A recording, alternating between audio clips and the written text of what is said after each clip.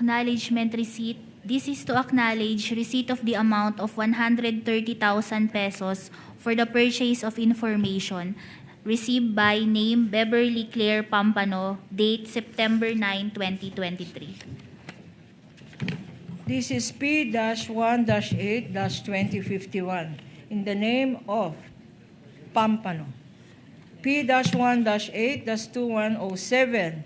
Quezon naman ito. Quezon. Please read. Acknowledgement. Cheese. In English, cheese. Matthew N. Queso. 7-15-23. Magkano to, Madam Witness? 250,000 po at na-receive ni Matthew N. Queso noong July 15, 2023. Ginamit for payment of supplies. Opo. Susunod, Nova Santos, 50,000 pesos, P-1-8-2147. Payment for the purchase of supplies.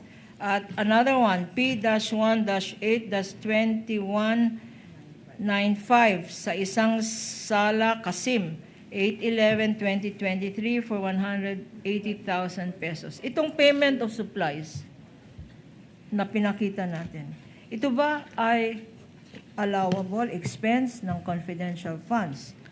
Yes po, under 4.8.4 of the joint circular po. Purchase of supplies? Is this compliant with the joint circular? Yun po, yung sa purchase of supplies, based on the acknowledgement receipt po na ito, hindi ko ma-ascertain na talagang pinambili siya ng supplies, kaya humingi po ako ng additional documentation. So, sa nilagay sa acknowledgement receipt, purchase of supplies, hindi naman in-explain saan binili yung supply. Wala po, ito lang pong acknowledgement receipt ang sinabit Saan sa akin. ginamit yung supply? Wala din. Nakalagay lang po dito na for confidential operations. Okay. Lahat ng sinabi, no? At yung mga sinasabi ditong payment of supplies pa, kagaya nitong, okay, P-1-8-1933, Renan Piatos, purchase of information naman to. P-1-8-2258, kay Xiaomi, 8, 100,000 pesos, purchase of supplies. Another one, P-1-18, 2092, flash on the screen, sa isang J. Camote. 200,000, payment of purchase of supplies. 8/11/2023. At itong mangga, gumawa ata ng fruit salad ito. May kamote, may mangga, may keso. P-1-8-2262, Miggy Mango, for 50,000 pesos. Ano ang masasabi mo dito, Madam Witness? Yung mga acknowledgement receipts po na purchase of supplies and purchase of supplies, hiningan ko po ng additional documentation to ascertain po na ipinambili po talaga ito ng supplies. We will finish this. Kokoy Villamin, P-1-18, 2064, 50,000 pesos. Bumili daw siya ng information. Last four in this list, P-1-8, 2635, for Contis.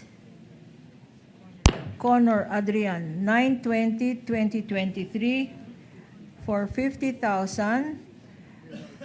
Reward payment, P-18-2178, Hanilet Camille C, 8/3/2023, 350,000 pesos. P-1-18, 2665, Christine Applegate Estrada,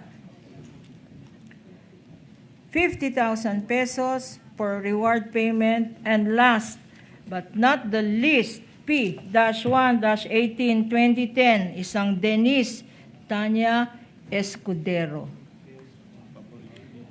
August 25, 2023, bumili ng information itong Escudero for 120,000 pesos.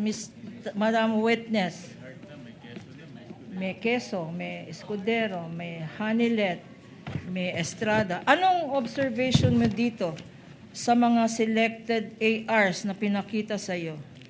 Yung sa mga payment of rewards po, hindi po siya supported ng documents evidencing success.